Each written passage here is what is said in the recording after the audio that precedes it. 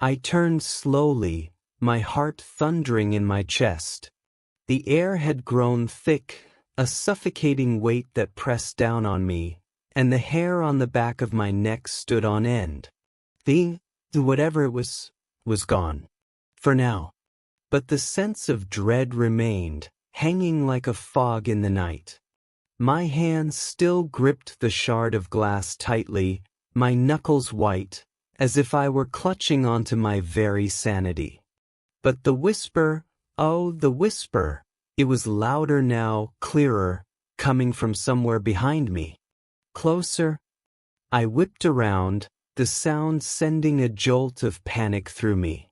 Nothing. The path that led back to the old manor stood empty in the moonlight, the crumbling structure just a silhouette against the dark sky. But I could feel it. The presence. Watching. It was then that I noticed the change in the ground beneath my feet. The earth was soft, unnaturally so, as if the land itself had shifted.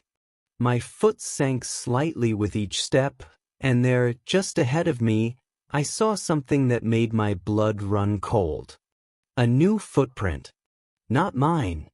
The print was shallow but unmistakable, a sickly pale mark in the dirt, too wide to be human, too unnatural in shape. And then another and another, stretching in a straight line, heading toward the manor.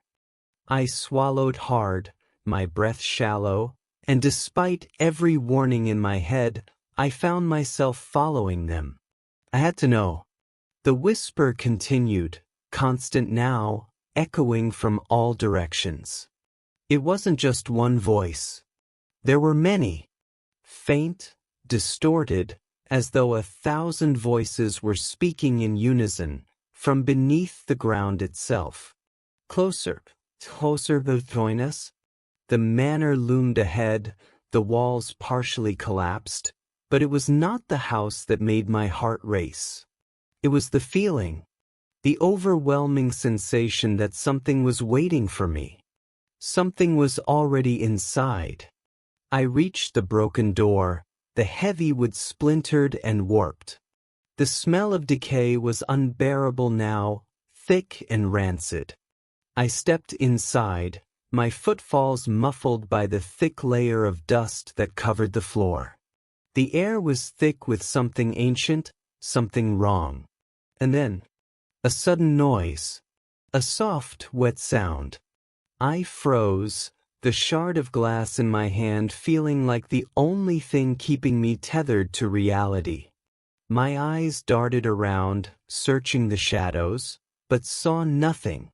That's when I felt it. The floor beneath me, it was moving. The earth seemed to tremble, the ground shifting like a living thing. A soft hum reverberated through the walls, a low, guttural noise that made my teeth ache. And then I saw it. A crack appeared in the center of the room, splitting the floor wide open. From the dark gash, something began to emerge. A hand. A massive, twisted hand, pale as the moonlight, covered in slick, dark veins that pulsed with a life of their own.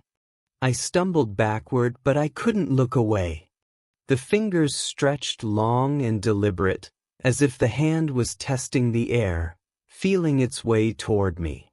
It was then that I noticed what it was attached to. A body? No, a form. It was rising from beneath the earth, a grotesque shape that defied logic.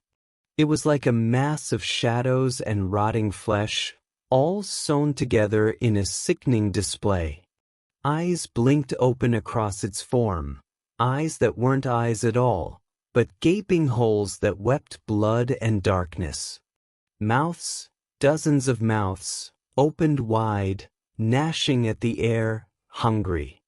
The whispering reached a crescendo, the voices now a terrible roar that filled my ears, so loud, so demanding, I thought my mind would shatter. Join you? The mass of flesh and shadows reached for me, its mouth snapping, the ground around it twisting and breaking. Every instinct in me screamed to run, to get out. But the closer it came, the more I felt like I needed to be there. Like I belonged there. I staggered backward, the shard of glass slipping from my hand. My feet stumbled and I fell, my body hitting the cold floor. And then, through the chaos of sound, I heard it, the voice. The voice I knew. The voice that had called to me from the well. It was inside my head now, a quiet, calm whisper amidst the storm. You heard us, and now you're ours. My limbs went numb, my vision blurred, and I felt myself drifting. My body felt heavier, like the weight of the earth itself was pulling me down, down into the ground, into the black, twisted embrace of whatever this thing had become. As I lay there, sinking, I heard one last thing before everything went dark. Welcome home. This version takes the horror deeper, suggesting that the well and the entity connected to it have been watching and waiting for the protagonist. It turns into a nightmare where escape is no longer an option. Does this work for your channel's storyline?